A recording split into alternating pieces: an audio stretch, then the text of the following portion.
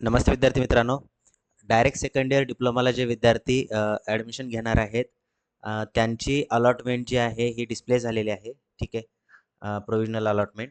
आता ती बघायची कशी? आता या ठिकाणी 2 अलॉटमेंट डिस्प्ले झालेले आहेत बघा. एक इन्स्टिट्यूट वाईज अलॉटमेंट लिस्ट आणि दुसरी आहे कॅप राउंड 1 ची. ठीक आहे. जर इन्स्टिट्यूट वाईज पाहिजे असेल तुम्हाला, तर याच्यावरती क्लिक करून महाराष्ट्रातले सर्व इन्स्टिट्यूट या ठिकाणी आहेत. ठीक आहे. आता या ठिकाणी तुम्ही जर बघायचं असेल सपोज गव्हर्नमेंट खामगाव खामगावचं बघायचं आहे, तर इथे व्ह्यू करून तुम्ही बघू शकता की कॅप राउंड 1 मध्ये किती मुलं लागलेले आहेत, कोणत्या कॅटेगरीची मुलं लागलेले आहेत, है ना, किती जागा व्हॅकंट आहेत, हे सर्व तुम्ही या ठिकाणी बघू शकता. आणि जर तुम्हाला असं शोधत बसायचं नसेल, तुमचं डायरेक्टली बघायचं की कोणत्या कॉलेजला नंबर लागलाय, तर इथे प्रोव्हिजनल अलॉटमेंटच्या खाली कॅप राउंड 1 ही लिंक आहे. आता जी लिंक आपल्या व्हिडिओच्या डिस्क्रिप्शन बॉक्समध्ये पण अवेलेबल आहे. त्याच्यावरती क्लिक केले की डायरेक्टली या फेसवरती तुम्ही याल.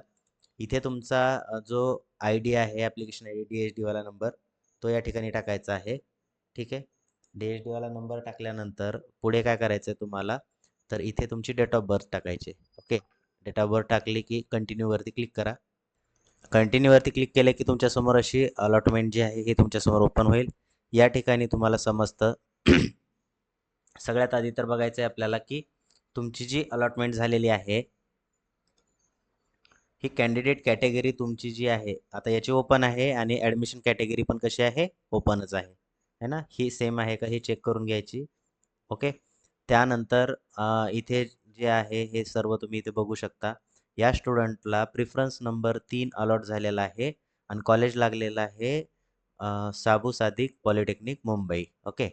आणि त्याला ब्रँच लागलेले आहे इलेक्ट्रॉनिक्स अँड टेलिकम्युनिकेशन. ओके. तर 3 नंबरचं कॉलेज लागलं आहे विद्यार्थ्याला. आता 3 नंबरचं कॉलेज लागलेलं आहे, तर तो या ठिकाणी 2 पर्याय त्याला उपलब्ध आहेत. त्याला पुढचा राउंड करायचा आहे का? ओके. आणि जर नसेल करायचं, तर या कॉलेजला जर ॲडमिशन घ्यायचं झालं, तर त्याला उद्या लिंक ॲक्टिव्हेट होईल. सीट ॲक्सेप्टन्स प्रोसेस करायची. ठीक आहे. आता सीट ॲक्सेप्टन्स प्रोसेस करताना 2 पर्याय उपलब्ध असतात तुम्हाला. तर एक असतो पहिला असतो फ्रीजवाला. जर तुम्हाला कॉलेजला ॲडमिशन घ्यायचं असेल, तर फ्रीज करायचं.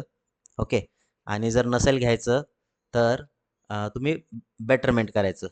म्हणजे बेटरमेंट केलं तर तुमच्या पहिल्या राउंडमध्ये लागलेलं कॉलेज सेव्ह राहतं आणि तुम्हाला दुसरा राउंड करता येतो. ठीक आहे. आणि फ्रीज जर केलं तर तुम्हाला त्या ठिकाणी कॉलेजला जाऊन ॲडमिशन घ्यावं लागतं. है ना? त्यामुळं तुम्हाला काय करायचं हे तुम्ही ठरवा. ओके. आणि अलॉटमेंट अशा प्रकारे बघायची आहे. आता तसेच बघा काही मुलं म्हणतील, की "सर माझा नंबर कुठेच लागला नाही कोणत्याच कॉलेजला. बट मला असं वाटत होतं, की या कॉलेजला नंबर लागायला पाहिजे." तर ते कसं चेक करायचं कॉलेज वाईज अलॉटमेंट? तर इथे मी सांगितलं होतं तुम्हाला बघा, प्रोव्हिजनल अलॉटमेंट जी आहे, याच्या खाली इन्स्टिट्यूट वाईज अलॉटमेंटची लिस्ट आहे. याच्यावरती जर तुम्ही गेले कोणत्याही कॉलेजला, तर तिथे जाऊन बघू शकता तुम्ही, की याचीच बघू आपण, जी.पी. खामगाव. इथे बघा व्हॅकंट सीट कोणती आता जी-एस-टी म्हणजे एस-टी कॅटेगरीचा मुलगा जो आय-टी-आय झालेला आहे, तो पुढच्या राउंडला या ठिकाणी अ, हे करू शकतो. ठीक आहे. आता जे वरती कॉलेज होते हे सर्व कॅटेगरी फुल झालेले आहेत. हे कोणती ब्रँचसाठी होतं? सिव्हिलसाठी. आता कॉम्प्युटरसाठी बघूया. कॉम्प्युटरसाठी पण जागा फुल झालेल्या आहेत 12वीच्या.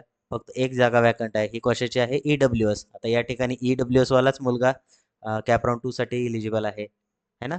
तर अशा पद्धतीनं इथं एस-टीवाला आहे. तो आय-टी-आय झालेला आहे ना?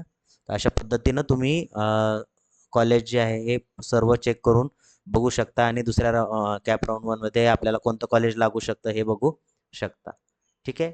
आय होप तुम्हाला समजलं असेल सर्व. याच्या व्यतिरिक्त जर तुमच्या मनामध्ये काही डाऊट असेल, तर तसं तुम्ही कमेंट बॉक्समध्ये मेन्शन करा. तुम्हाला त्याचं हेल्प केली जाईल. भेटूया आपण नेक्स्ट व्हिडिओमध्ये. आणि त्यापूर्वी बघा WhatsApp ग्रुप जॉइन केला नसेल तर करून घ्या.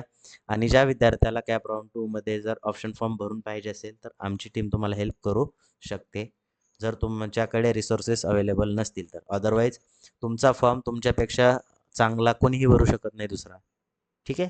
बट जर तुम्हाला वेळ नसेल किंवा तुम्हाला जमत नसेल, तर तुम्ही आमची हेल्प घेऊ शकता. त्यासाठी तुम्हाला माझा WhatsAppमध्ये जो ॲडमिनचा नंबर आहे त्या ठिकाणी मेसेज टाकायचा आहे. तुम्हाला नॉमिनल फीसमध्ये फॉर्म भरून देण्यात येईल. भेटूया आपण नेक्स्ट व्हिडिओमध्ये. Thank you.